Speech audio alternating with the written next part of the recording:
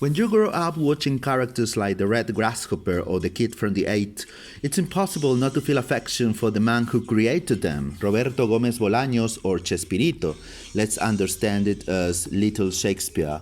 That's why when I came across his memoir, Sin Querer Queriendo, or Not Really on Purpose, I didn't hesitate to read it.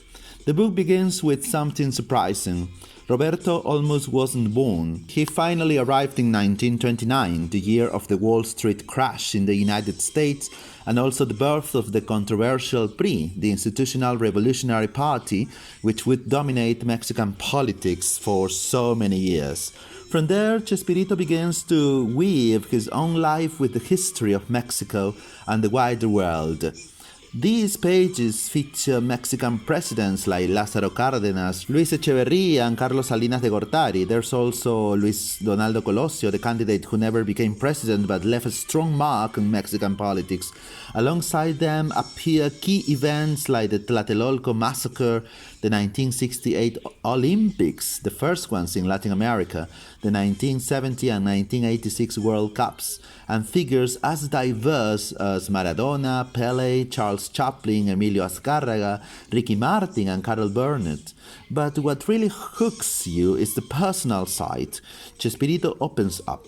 He talks about his brothers Paco and Horacio, about Graciela, the mother of his 6 children, who would later give him the 12 best grandchildren in the world, about his insecurities over his height, his teenage love, and his passion for football, and of course about his early days writing for Viruta and Capulina, very famous comedian from Mexico, before gradually giving birth to that cultural phenomenon known as Chespirito. The book also reveals anecdotes with the actors, some warm, others harsh. For example, Carlos Villagrán, the famous Kiko, who does not appear in these pictures, for example. He does not come off well at all. And it is filled with photos that open the doors to his private life. Naturally, there's also Florinda Mesa, with the version of events Roberto wanted to leave behind forever, as the opposite of many tabloids, gossips in programs on TV that are very harsh to say the least. Another delightful part of his memories is international tours.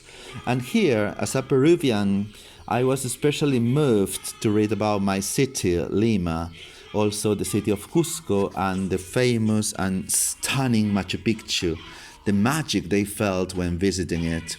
There are also mentions of many other parts of the world and Latin America in particular, let's say Turkey, Santiago, etc. And it was precisely because I'm so familiar with Mexican programs that I enjoyed this book even more. I recognize so many characters, so many references, but if you're not, don't worry, you only need to let yourself be carried along by the storytelling to be hooked from start to finish. Curiously, I didn't even know this book existed.